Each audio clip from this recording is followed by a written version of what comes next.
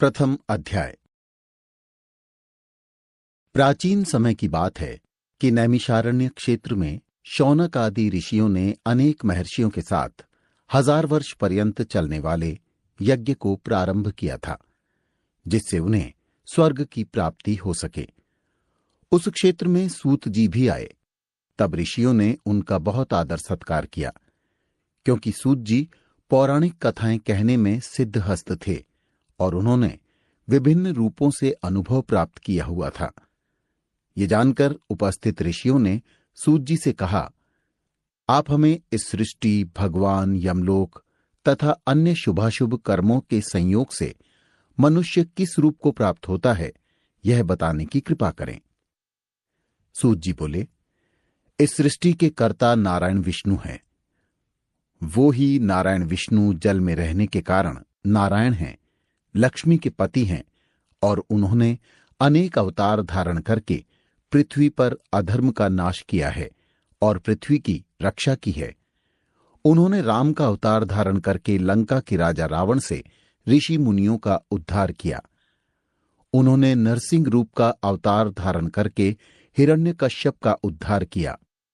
यही भगवान विष्णु सृष्टि के आदि कर्ता पालक और रुद्र रूप में संहार करने वाले हैं। भगवान विष्णु ने ही वराह का रूप धारण करके पृथ्वी का उद्धार किया और मत्स्य रूप में अवतार लिया। भगवान विष्णु का ही अंश वेद व्यास हैं और वेद व्यास जी ने इन पुराणों की सृष्टि की है। विष्णु भगवान रूपी वृक्ष सर्वश्रेष्ठ वृक्ष है। उसका दृढ़ मूल धर्म है। वेद उसकी शाखाएं हैं, यज्ञ उसके फूल हैं और मोक्ष उसका फल है। इस प्रकार भगवान विष्णु ही सारी तपस्या के फल और मोक्ष को देने वाले हैं। एक बार भगवान रुद्र से पार्वती जी ने पूछा कि आप तो स्वयं भगवान हैं, सृष्टि के कर्ता पालक और संहारक हैं, फिर भी आप किसी का ध्यान करते रहते हैं। आपसे बड़ा वो कौन है जिसका आप ध्यान करते हैं? पार्वती जी के मुख से ये सुनकर भगवान शिव ने कहा कि मैं आदिदेव ऋषियों का ध्यान करता हूं। विष्णु ही परम और महान है। उनका ध्यान करते हुए ही मैं अपने आप में तल्लीन रहता हूं। इस प्रकार शौनिक जी ने जब सूत जी से पूछा तो उन्होंने उत्तर दिया कि भगवान विष्णु ही सारे कर्मों के आधार हैं। यह बताते हुए उन्होंने कहा कि शिवजी ने पार्वती से कहा, मैं परम ब्रह्म का चिंतन करता हूं। यह परम ब्रह्म भगवान विष्णु ही है। मैं विष्णु का ही चिंतन करता हूं। भगवान विष्णु ही अनेक रूप में अवतार लेते हैं। उन्होंने ही राम, कृष्ण, वाराह, नरसिंह आदि के रूप में अवतार लेकर धर्म की रक्षा की है। राम के रूप में उन्होंने राक्षसों का नाश किया है और कृष्ण के रूप में दुष्ट प्रवृत्ति वाले लोगों का विनाश करके धर्म की स्थापना की है। शिवजी ने आगे कहा कि हे पार्वती, वाराह के रूप में विष्णु ने ही पृथ्वी का उद्धार किया है और नरसिंह के रूप में भक्त प्रहलाद की रक्षा करते हुए हिरण्यकश्यप का उद्धार किया है। मैं अपने नेत्र बंद करके उनका चिंतन करता हूं। इस प्रकार भगवान विष्णु की महिमा को सुनकर, जैसे कि शंकर ने भगवती पार्वती को बताई थी, ऋषियों की उत्सुकता अन्य विषयों में जागृत हो गई। ऋषियों ने सूत जी से पूछा कि हे भगवान, आपने भगवान विष्णु के महत्व को स्थापित करते हुए जो कुछ भी कहा वह भयमुक्त करने वाला है, किंतु आप संसार के दुख और कष्टों को नष्ट करने का उपाय बताइए। आप इस लोक तथा परलोक के कष्टों का वर्णन करने में कुशल हैं। हमें बताइए कि यमराज का मार्ग कैसा होता है और वहां मनुष्य को कैसी कैसी यातनाएं मिलती है। ऋषियों से ये प्रश्न सुनकर सूत जी बोले कि जो वृत्तांत भगवान नारायण ने गरुड़ जी के पूछने पर उनको बताया था, वह मैं तुमको बता देता हूं। यम का मार्ग अत्यंत दुर्गम मार्ग है, फिर भी मैं आप लोगों के कल्याण के लिए इसका वर्णन करता हूं। गरुड़ जी ने पहले भगवान से कहा था कि हे प्रभु, आपका नाम लेना तो सरल है, फिर भी मनुष्य आपकी भक्ति से वंचित रहकर नरक में पहुंचते हैं। आपकी भक्ति के अनेक मार्ग हैं, उनकी अनेक गतियां हैं और आपने मुझे यह बताया भी था। किंतु इस समय मैं जानना चाहता हूं कि जो व्यक्ति आपकी भक्ति से विमुख हो जाता है उसे दुर्गम यम मार्ग मिलता है, किंतु यह मार्ग उन्हें कैसे मिलता है और इसकी कठिनाइयां क्या है? हे प्रभु, इस मार्ग में पापियों की दुर्गति होती है और जिस रूप में वे नरकगामी बनते हैं वह आप मुझे विस्तार से बताइए।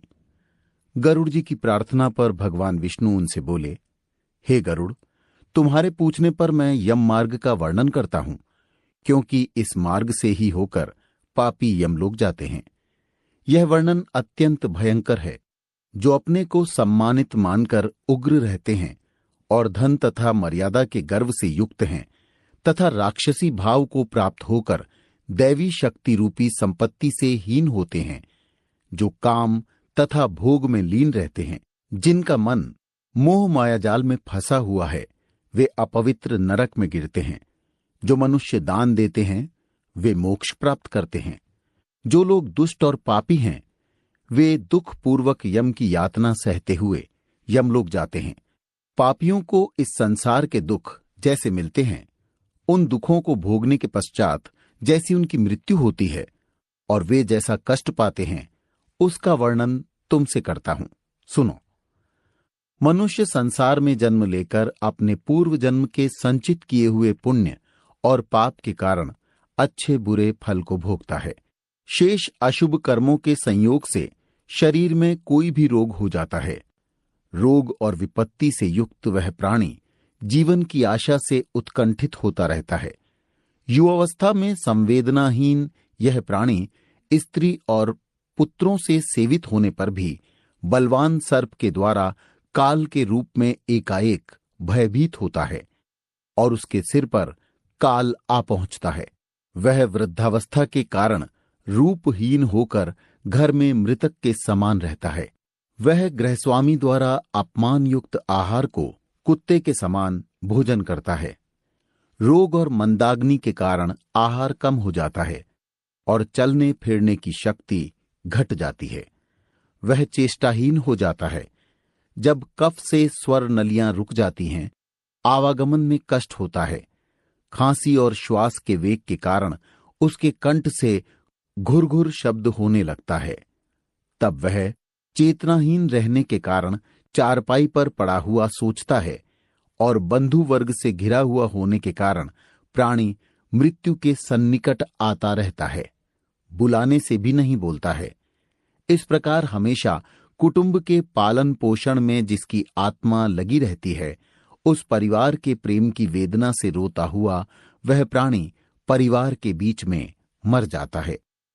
हे गरुड़, मृत्यु के समय देवताओं के समान प्राणी की भी दिव्य दृष्टि हो जाती है। वह संसार को प्रभुमय देखता है और कुछ भी बोलने में असमर्थ हो जाता है। इंद्रियों की व्याकुलता से चैतन्य प्राणी भी जड़ के समान हो जाता है। इस कारण समीप आए यमदूतों के भय से अपने स्थान से चलायमान हो जाता है। जब प्राण आदि 5 तत्व अपने स्थान से चल देते हैं, तब मरते समय पापी का एक एक क्षण भी कल्प के समान बीतता है। 100 बिच्छुओं के काटने से जो पीड़ा होती है, वैसी ही यातना व्यथा श्वासों के निकलते समय होती है। यमदूतों के भय से उस जीव के मुंह से लार और झाग गिरने लगता है। अतः पापियों का प्राणवायु गुदा के मार्ग से निकलता है। प्राण निकलते समय प्राणियों को यमदूत मिलते हैं, जो क्रोध से लाल नेत्र वाले, भयानक मुखपाश और दंड लिए होते हैं तथा नग्न शरीर और दांत को पीसते हैं। ऊपर को उठे केश वालों के समान काले टेढ़े मुख वाले विशाल नख रूपी शस्त्र वाले यमदूत वहां आकर उपस्थित रहते हैं।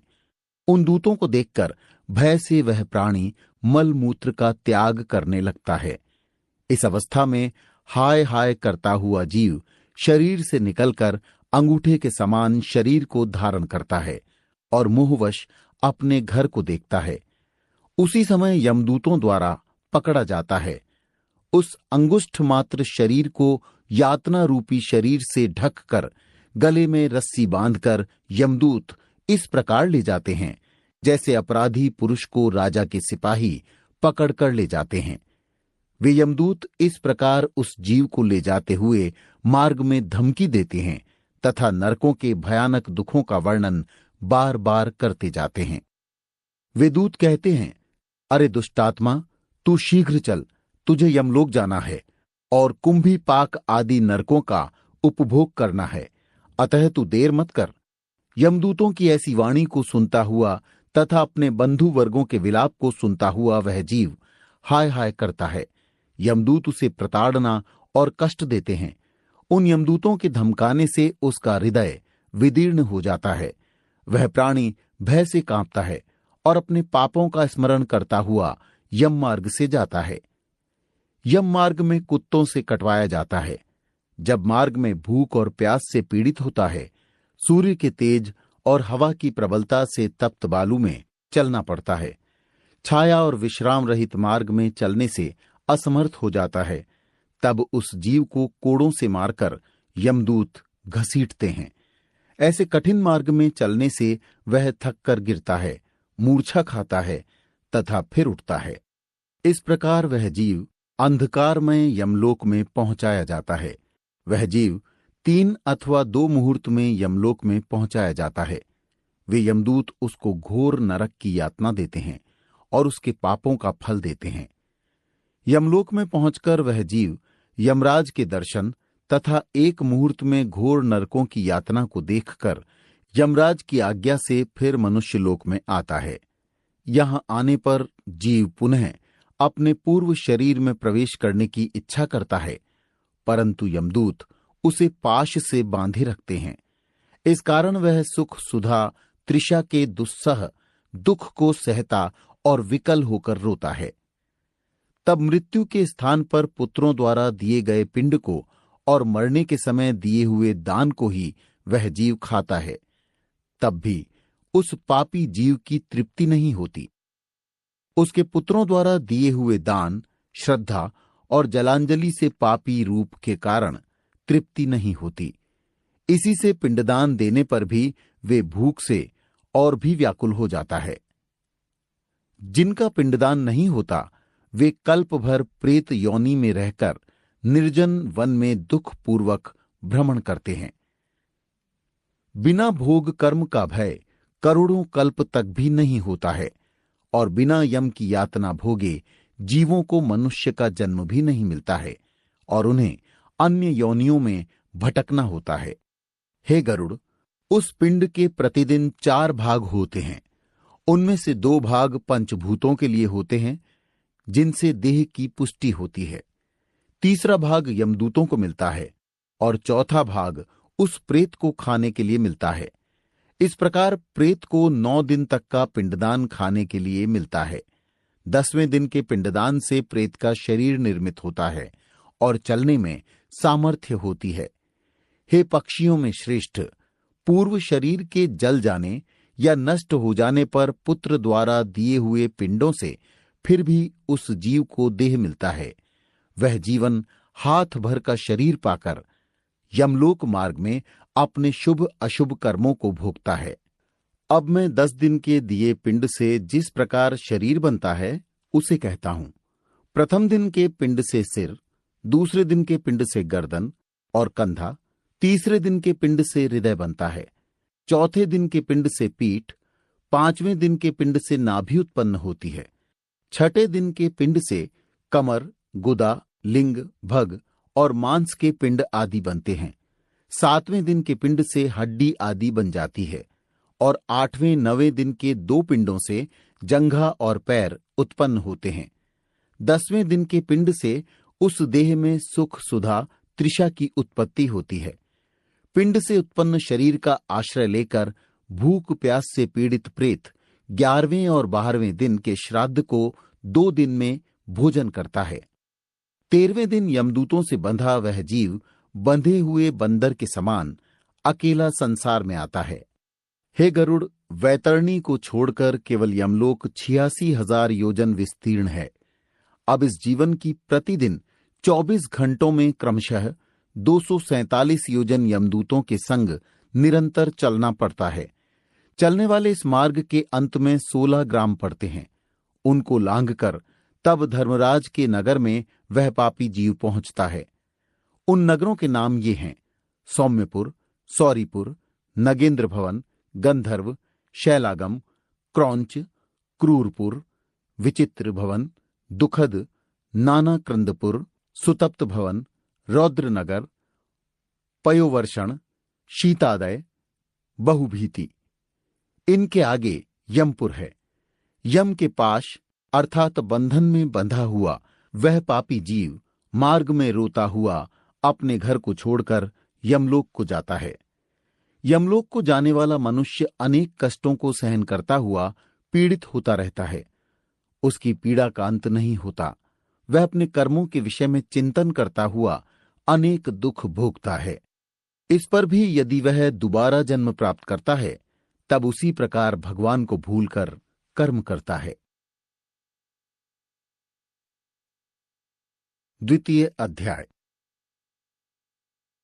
भगवान नारायण से संक्षेप में यमलोक के विषय में सुनकर गरुड़ जी ने कहा, हे भगवान, यमलोक का मार्ग कितना दुखदाई है। यहां जीव पाप करने में उसमें कैसे जाता है, आप मुझे बताने की कृपा करें। नारायण भगवान ने कहा, हे गरुड़, यमलोक का मार्ग अत्यंत दुखदाई है। मेरे भक्त होते हुए भी उसे सुनकर तुम कांप जाओगे। उस यमलोक में वृक्षों की छाया नहीं है जहां जीव विश्राम ले सके, और न तो वहां अन्न आदि है जिससे जीव के प्राण का निर्वाह हो सके, न तो वहां कहीं जल दिखाई देता है जिसे अति प्यासा प्राणी पी सके। वह प्यासा ही रहता है। हे खगराज, उस लोक में 12 सूर्य ऐसे तपते हैं जैसे प्रलय के अंत में अग्नि रूप में तपते हैं। वहां ठंडक और हवा से जीव अत्यंत पीड़ित होता है। कहीं वह बड़े बड़े विषैले सांपों से कटवाया जाता है, कहीं कहीं कांटों से बिंधवाया जाता है, और कहीं कहीं घोर सिंह, व्याघ्र और कुत्तों से खिलवाया जाता है। कहीं बिच्छुओं से कटवाया जाता है और कहीं अग्नि से जलाया जाता है। इसके बाद विशाल एक असीपत्र वन है जिसका विस्तार 2000 योजन का है। वह वन कौवा, गिद्ध, उलूक और शहद की मक्खियों से भरा है, और वन के चारों ओर दावाग्नि प्रचंड रहती है। जब कीट और मक्खियों के काटने से तथा अग्नि की गर्मी से वह जीव वृक्ष के नीचे जाता है, तब तलवार के समान तेज उन वृक्षों के पत्तों से उसका शरीर छिन्न भिन्न हो जाता है। कहीं अंधेरे कुएं में गिराया जाता है, कहीं पर्वत पर से नीचे गिराया जाता है, कहीं छुरों की धार के समान तीक्ष्ण मार्ग में चलाया जाता है, और कहीं कहीं कीलों के ऊपर से चलाया जाता है। कहीं वह अंधकार युक्त गुफाओं में, कहीं जल में, कहीं जौंक से भरे कीचड़ में गिराया जाता है और जौंक से कटवाया जाता है। कहीं जलती हुई कीच में गिराया जाता है, कहीं जलते हुए बालू में चलाया जाता है, कहीं तांबे के समान जलती हुई पृथ्वी पर और कहीं अंगार समूह में झोंका जाता है, कहीं धुएं से भरे हुए मार्ग में चलाया जाता है, कहीं पर आग की वर्षा, कहीं पत्थर के टुकड़ों की वर्षा, कहीं रक्त की वर्षा, कहीं गर्म जल की वर्षा होती है, कहीं पर खारे कीचड़ की वर्षा होती है, कहीं पर बड़ी घोर गुफाएं होती है, कहीं कंदरा में घुसाया जाता है। इस तरह वह जीव निरंतर पीड़ा सहता है, और उसका रूप ऐसे हो जाता है कि जैसे चारों तरफ विशालकाय बहुत ही गहरा अंधकार है और कहीं कष्ट से चढ़ने योग्य शिलाएं हैं। इसके साथ कहीं पीप तथा रक्त से भरे, कहीं विष्ठा से भरे कुंड हैं जिनमें रहना पड़ता है। मध्य मार्ग में एक वैतरणी नाम की विशाल नदी है जो देखने मात्र से भय देने वाली है, जिसकी वार्ता सुनने में रोमांच हो जाता है। वह नदी 100 योजन चौड़ी है, जिसमें पीब रक्त भरा हुआ है, जिसका किनारा हड्डियों से बना हुआ है, जिसमें रक्त, मांस और पीब के कीचड़ भरी है, जो बड़ी गहरी है तथा बड़े दुख से पार होने योग्य है, और जो बड़े बड़े घड़ियालों से पूर्ण है।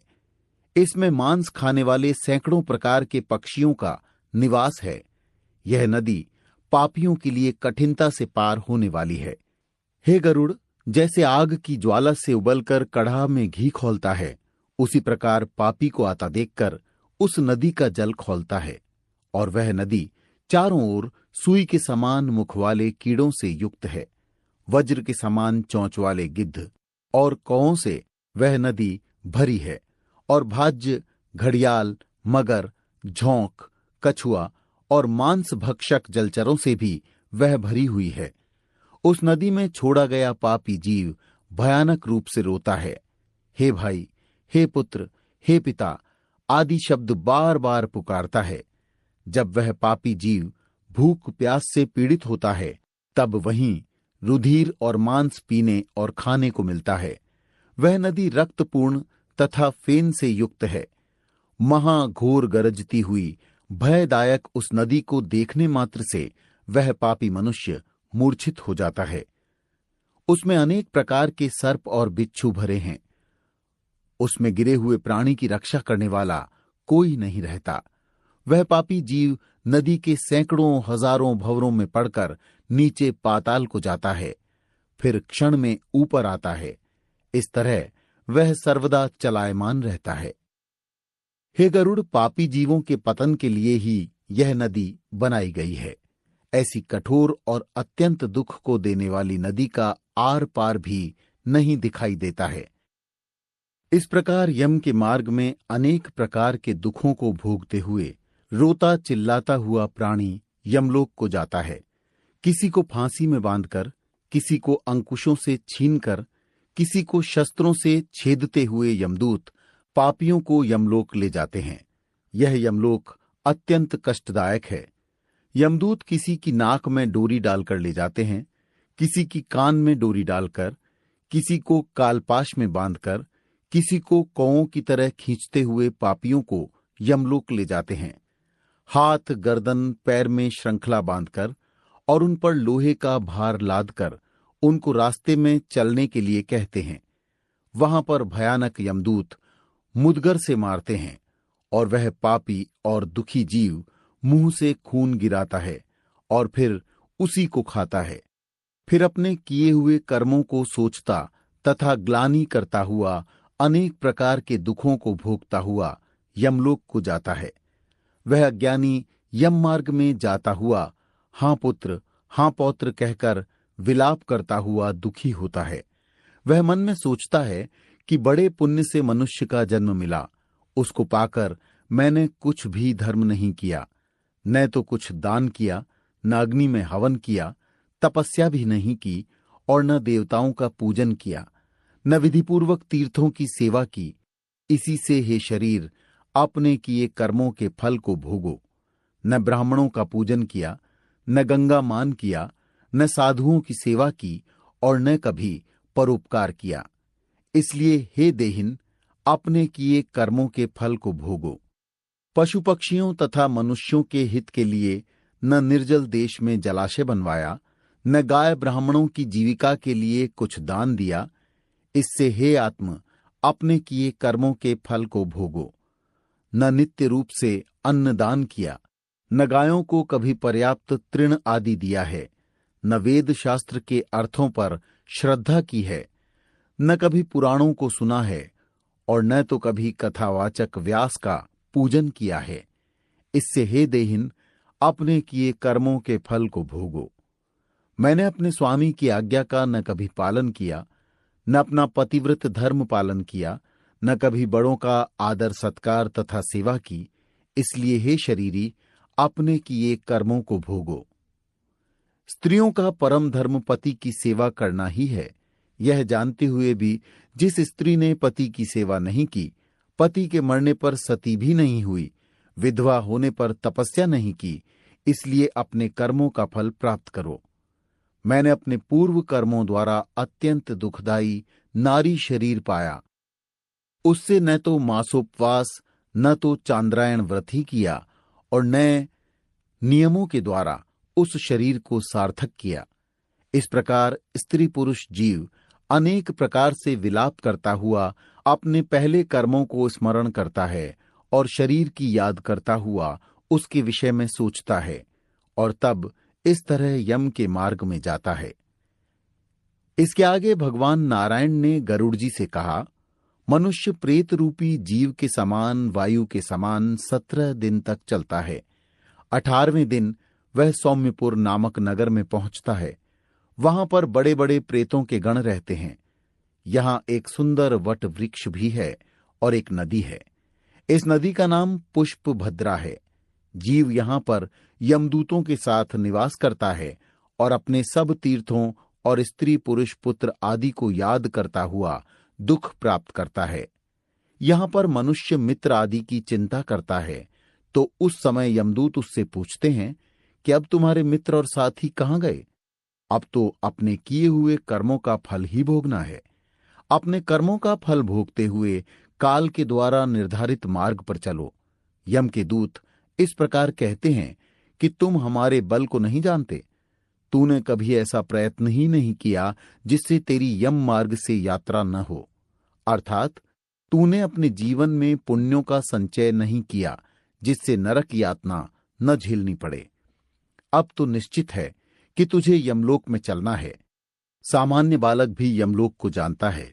और परलोक यात्री, क्या तूने कभी ब्राह्मण के मुख से पुराण की कथा सुनी है? और क्या कभी अनुभव किया है कि यमलोक में बहुत याचना होती है? इस तरह से कहकर पापी प्राणी को यमदूत मुदगरों से मारते हैं। वह मूर्छित होकर गिरता है, डरकर भागता दौड़ता है, फिर गिर पड़ता है और यमदूत उसे फिर पकड़कर यातना देते हैं। यमदूत उसे घसीट कर ले जाते हैं। वह जीव अपने घर से 13वें दिन चलता है और सौम्यपुर में 17 दिन के बाद पहुंचता है। वहां जाकर अपने पुत्रों के द्वारा श्राद्ध का भोजन करता है। इसके बाद फिर सौरीपुर नामक स्थान पर जाता है। सौरीपुर में जंगम नाम का एक राजा यम के स्वरूप वाला ही विद्यमान रहता है।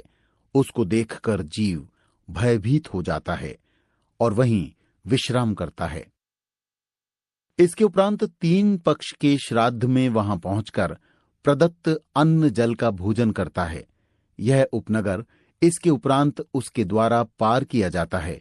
फिर वह सेन भवन में पहुंचता है और इसे अत्यंत भयानक वन के रूप में देखकर दुखी होता है और रोता है। यह वो स्थल है जहां यमदूत उसे बार बार खींचते और घसीटते हैं। वह जीव इस वन को 2 महीने में पार करता है।